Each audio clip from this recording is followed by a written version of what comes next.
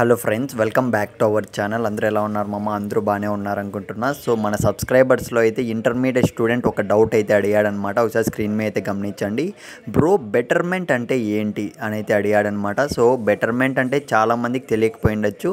So కొంతమందికి అయితే తెలిసి ఉండొచ్చు కూడా. తెలిసిన వాళ్ళు ఉంటే ఖచ్చితంగా సో మీరు ఇంటర్మీడియట్ ఎగ్జామ్స్ ఎలా రాశారో ఒక్కసారి కింద కామెంట్ అయితే చేసి సో వెళ్ళిపోండి. ఇకపోతే తెలియని వాళ్ళు ఉంటే వీడియో ఎండ్ వరకు చూసేకైతే ట్రై చేయండి, పర్వాలేదు. ఎందుకంటే సో తెలుసుకోవాలి ఖచ్చితంగా ప్రతి ఇంటర్మీడియట్ స్టూడెంట్ అయితే.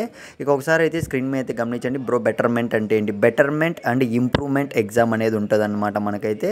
So guys, intermediate so exams అయితే రాసుంటారు కదా, అది ఏపీ కానివ్వండి, తెలంగాణ స్టూడెంట్స్ కానివ్వండి. సో ఎగ్జామ్స్ రాసిన తర్వాత రిజల్ట్స్ వస్తాయి కదా. సో రిజల్ట్స్ వచ్చిన తర్వాత సపోజ్ నాకు సో 35-40 వచ్చినాయి అనుకోండి, వచ్చుంటాయి రిజల్ట్స్ వచ్చిన తర్వాత ఏదైనా పలానా సబ్జెక్ట్లో ఒక సబ్జెక్ట్లో. సో నాకు ఇంకా ఎక్కువ మార్క్స్ రావాలి అంటే సో బెటర్మెంట్ ఆర్ ఇంప్రూవ్మెంట్ అనే ఎగ్జామ్ ఉంటుందన్నమాట. సేమ్ లైక్ యాజ్ సప్లిమెంటరీ లాగానే.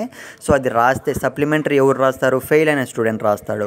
అదే బెటర్మెంట్ అనేది ఇంప్రూవ్మెంట్ కోసం, నాకు మార్క్స్ పెరగాలి అనుకుంటే నువ్వు సో మళ్ళీ దీనికి బెటర్మెంట్కి మనీ అనేది పే చేసి ఎగ్జామ్ అనేది అటెంప్ట్ చేయాల్సి ఉంటుంది.